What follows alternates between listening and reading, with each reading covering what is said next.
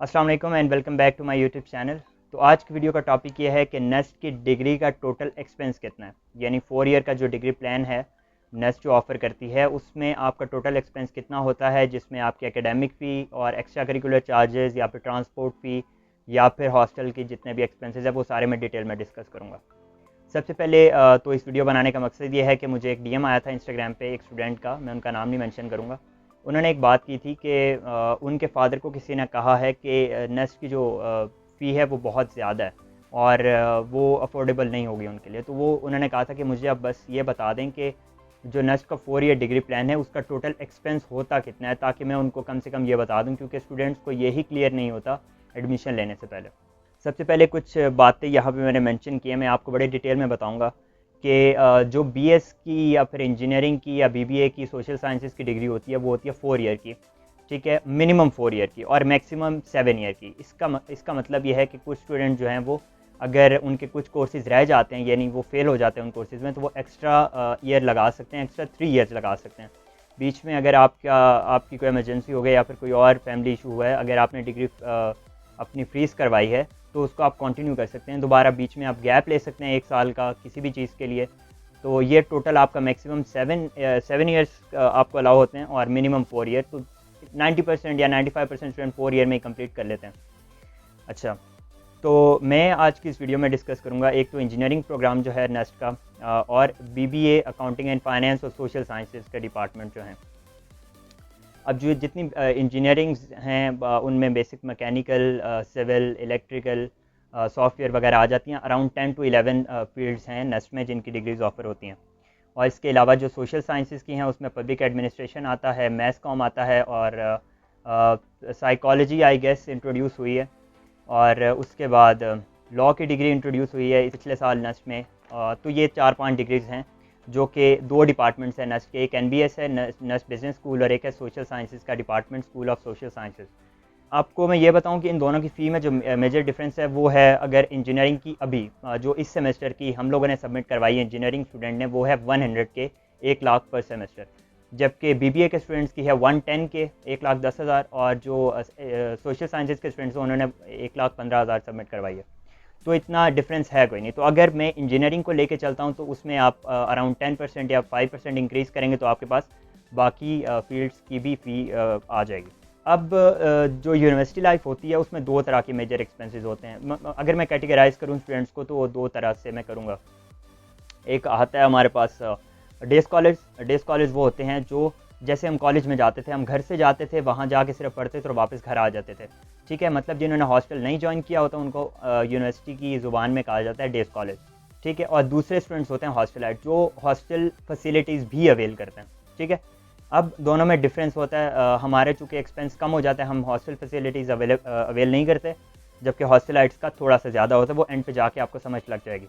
अच्छा, दोनों के लिए जो मैं पहले बताऊंगा, दोनों के लिए जो सेम फी स्ट्रक्चर है वो, और उसके बाद जहाँ पे डिफरेंस आता है वो भी मैं बताऊंगा। डेज़ कॉलेज और हॉस्टलाइट्स के लिए या फिर S3H और बीबीए जितने भी वो हैं उनके लिए जो बेसिक फ़ी है वो ये है, 1 टाइम पेमेंट आपको करनी पड़ती है, सिक्योरिटी डिपॉजिट, जो कि आपका होता है 10,000 फर्स्ट सेमेस्टर में आपको पे करना पड़ता है डिग्री के स्टार्ट में।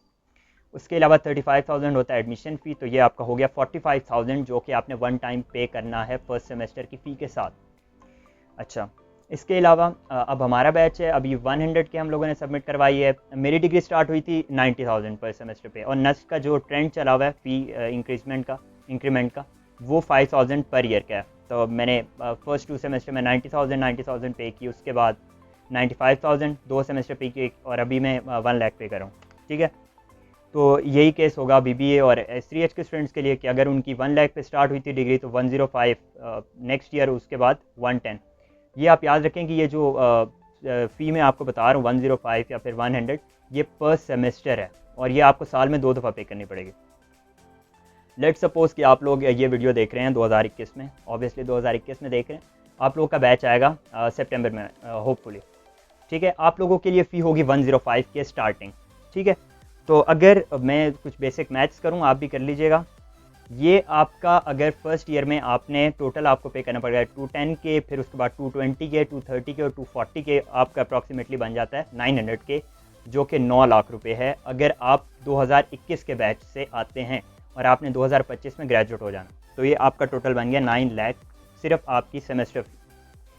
इसके अलावा जो होता है यही अगर मैं SRH या फिर बिजनेस के स्टूडेंट्स के लिए कहूँ तो उनका अप्रॉक्सीमेटली 10 लाख बन जाएगा या फिर 9,50,000, तो इतना डिफरेंस है नहीं, तो उसके लिए मैंने अलग कैलकुलेशंस नहीं की। अब आता है कि इसके अलावा आपके जो एक्स्ट्रा करिकुलर चार्जेस होते हैं नस्ट के बहुत मिनिमल से हैं, 2700 पर सेमेस्टर है, तो वो आपका अराउंड 22K बन जाता है। ठीक है, ये सब मैं एंड पे जाके ऐड करूँगा। ये जो मैंने अभी आपको बताया ये डे स्कॉलर्स ने भी पे करना है, हॉस्टलाइट्स ने भी पे करना है और हर फील्ड के बच्चे ने पे करना है। ठीक है, अब नेक्स्ट हमारे पास आता है जो डिफरेंस आता है डे स्कॉलर्स और हॉस्टलाइट्स में। हम डे स्कॉलर्स हैं तो अगर मैं नस्ट की ट्रांसपोर्ट फैसिलिटी अवेल करना चाहता हूँ, अगर मैं रावलपिंडी या फिर वाकेंट और इस्लामाबाद के एरिया में हूँ तो यहाँ पे ट्रांसपोर्ट फैसिलिटी है। अब यहाँ पे ट्रांसपोर्ट के अलग चार्जेस हैं, लाइक ऑन एवरेज, मतलब डिफ़र करता है कि आप किस एरिया से आ रहे हैं। मैं जिस एरिया से जा रहा हूँ ये मतलब इतना दूर भी नहीं है और इतना पास भी नहीं है, तो अप्रॉक्सीमेटली 6,000 मेरा पर सेमेस्टर एक्सपेंस हो जाता है। लेट सपोज़ कि आप ऐसे ही एरिया से हैं, जैसे मैं रावलपिंडी के एक एरिया से हूँ, तो अगर आप 6,000 पर मंथ पे कर रहे हैं तो आपकी अप्रॉक्सीमेटली जो यूनिवर्सिटी है वो 4 months in a semester open होती है, यानी आपको 4 महीने ट्रांसपोर्ट अवेल करनी है। तो इस हिसाब से ट्रांसपोर्ट का आपका बन जाएगा 50,000 पर ईयर। ठीक है, और अगर आपने 4 ईयर प्लान है जो कि ऑब्वियसली डिग्री 4 साल की है, तो 4 साल अगर आपने अवेल किया तो ये आपका अप्रॉक्सीमेटली 2 लाख बन जाएगा। अब ये हमारे पास आ गया ट्रांसपोर्ट के जो डे स्कॉलर्स के चार्जेस हैं वो 4 ईयर डिग्री प्लान में आपके तकरीबन 2 लाख थे, 2 लाख बन गए हैं, कैलकुलेट हुए हैं। तो अप्रॉक्सीमेटली अगर मैं वन टाइम पेमेंट्स ऐड करूँ, उसके अलावा सेमेस्टर फीस ऐड करूँ, एक्स्ट्रा करिकुलर चार्जेस ऐड करूँ, ट्रांसपोर्ट चार्जेस ऐड करूँ, तो ये टोटल बन जाता है 11.66 लैक्स। ठीक है, अप्रॉक्सीमेटली 12 लैक्स कर लें आप। तो उसके हवाले से आपका जो पर मंथ एक्सपेंस बनता है वो बनता है 24 to 25,000। ठीक है, ये डे स्कॉलर्स का हिसाब है कि डे स्कॉलर्स को उनकी 4 साल की डिग्री के दौरान तकरीबन 12 लाख पे करने पड़ेंगे। अब हम आते हैं हॉस्टलाइट्स की तरफ। हॉस्टलाइट्स का वन टाइम पेमेंट्स जो उन्होंने देनी है वो भी सेम है, उसके बाद सेमेस्टर फी सेम है उनकी, लेकिन ट्रांसपोर्ट चार्जेस नहीं है, लेकिन उनकी जगह उनके हॉस्टल के चार्जेस हैं। अब नेक्स्ट की जो हॉस्टल सर्विस है वो मेरे दोस्तों से सुनने में आया कि वो काफ़ी सेटिस्फाइड हैं उससे। तो हॉस्टल के जो चार्जेस हैं वो आप प्लीज़ अगर नोट करना चाहें तो कर लें। हॉस्टल के मेजर होते हैं 2 चार्जेस, एक होता है रेंट होता है आपका और एक मेस होता है। ठीक है, रेंट आपको पे करना पड़ता है अगर आप हॉस्टल में रह रहे हैं, नहीं रह रहे लेकिन अगर आपके नाम से रजिस्टर है तो आपको रेंट पे करना है। तो रेंट आपको 12 मंथ्स इन अ ईयर पे करना ही करना है। ठीक है, जबकि जो मेस चार्जेस हैं वो आप जब वहाँ पे रहेंगे तो आप मेस करेंगे तो उसके हवाले से आपने चार्जेस देने हैं। तो जो रेंट है वो आपका 12 मंथ्स इन अ ईयर आपने पे करना है और मेस अप्रॉक्सीमेटली आपने 8 मंथ्स या 9 मंथ्स की पे करनी है। फिर आपकी जो सिक्योरिटी होती है इन दोनों की, रेंट की आपकी सिक्योरिटी है 9,000 10,000 और मेस की 9,000, जो कि वन टाइम आपने पे करना है और डिग्री के एंड पे आपको मिल जाएंगी। अब रेंट में आपके पास आता है, अगर आपको पता हो तो हॉस्टल में एक रूम में काफ़ी ज़्यादा लोग काफ़ी ज़्यादा तो नहीं लेकिन एक से ज़्यादा लोग रह रहे होते हैं।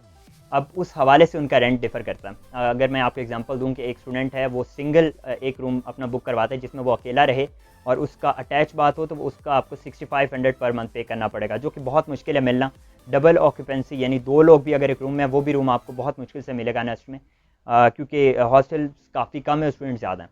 तो जो डबल ऑक्यूपेंसी है विद अटैच बात वो 5500 पर मंथ है अभी तक कि मैं आपको जो इन्होंने इनके एक्सपेंसेस हैं वो बता रहा हूँ। अब नेक्स्ट ईयर अगर रिवाइज होते हैं तो फिर थोड़ा बहुत इंक्रीज़ हो जाएगा।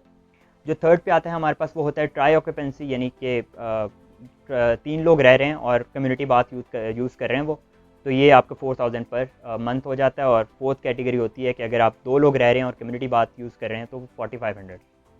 अच्छा, ये आपके सर के ऊपर से गुजरी होगी लेकिन मैं आपको बता दूं मैक्सिमम स्टूडेंट जो हैं वो यूज़ करेंगे ट्राई सीटर, यानी एक रूम में 3 लोग होंगे और वो उनका कम्युनिटी बाथ होगा।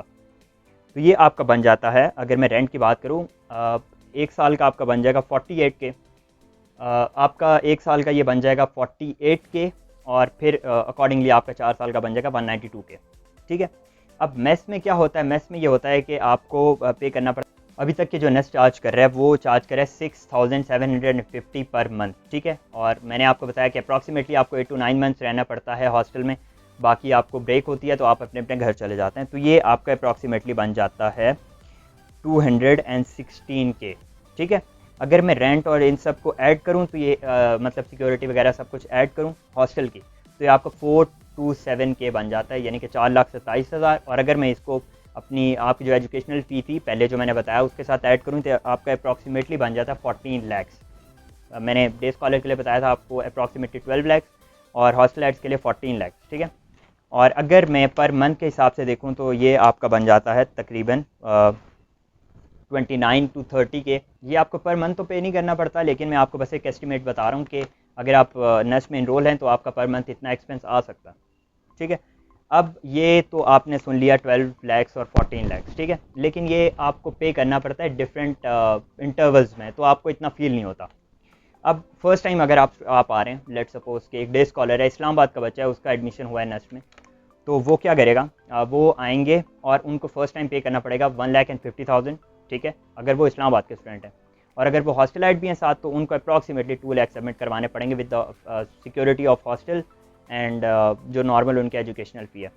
अगर आप इतना ज़्यादा एक्सपेंस नहीं बर्दाश्त कर सकते तो फिर आप अप्लाई कर सकते हैं नीड बेस्ड स्कॉलरशिप के लिए, जो कि काफ़ी ज़्यादा स्टूडेंट्स को नेस्ट ऑलरेडी प्रोवाइड कर रहे हैं। अगर आप वाकई उस कैटेगरी में लाए करते हैं जिनको ज़रूरत है तो नेस्ट ऑब्वियसली आपको लाजमी देगा स्कॉलरशिप, ठीक है। अब इसके अलावा स्कॉलरशिप के लिए कौन से क्राइटेरिया वगैरह होते हैं उसके लिए मैं अलग वीडियो बना लूँगा, लेकिन अगर आपने अभी सुनना है तो अब्दुल मोइज़ आसिफ के चैनल पे उसने एक बड़ी अच्छी वीडियो बनाई है स्कॉलरशिप के हवाले से, तो आप वो जाके देख सकते हैं। अब मैंने इतनी कॉम्प्लेक्स मैथ्स की है, ठीक है, लेकिन एंड पे बस आप अपने माइंड में ये रख लें कि आपकी पर सेमेस्टर फ़ी अप्रॉक्सीमेटली 1 लाख है, ठीक है। और आपकी जो टोटल डिग्री का एक्सपेंस है वो अगर आप डे स्कॉलर हैं तो 12 लाख और अगर आप हॉस्टलाइट से तो 14 लाख। ये जितना भी मैंने एक्सपेंस बताया इसमें आपकी पॉकेट मनी वगैरह इंक्लूडेड नहीं है, ये अलग से होगी, ठीक है। तो उस हिसाब से आप कैलकुलेशन वगैरह कर लें और डिस्कस कर लें अपने पेरेंट्स के साथ। और अगर आपको कोई भी क्वेश्चन है या फिर अगर आपको लगता है कि मैंने कुछ चार्जेस मिस कर दिए हैं, कुछ एक्सपेंस मिस कर दिया, तो आप नीचे कमेंट सेक्शन में मेरे से पूछ सकते हैं। और अगर आप चाहते हैं कि मैं आपके दिए हुए टॉपिक पे वीडियो बनाऊं तो मुझे इंस्टाग्राम पे आप कोई टॉपिक दे दीजिएगा। अगर मुझे लगा कि वो बहुत सारे स्टूडेंट्स की क्वेरीज होंगी उस टॉपिक से रिलेटेड तो मैं लाजमी उस पर वीडियो बनाऊँगा। इसके अलावा अगर आपको एंट्री टेस्ट के नोट्स वगैरह अभी तक नहीं मिले या फिर आप लेना चाहते हैं तो वो उसका लिंक मैं नीचे डिस्क्रिप्शन में दे दूँगा, तो आप वहाँ से जाके ऑर्डर कर सकते हैं। तब तक के लिए अल्लाह हाफ़िज़ एंड गुड लक।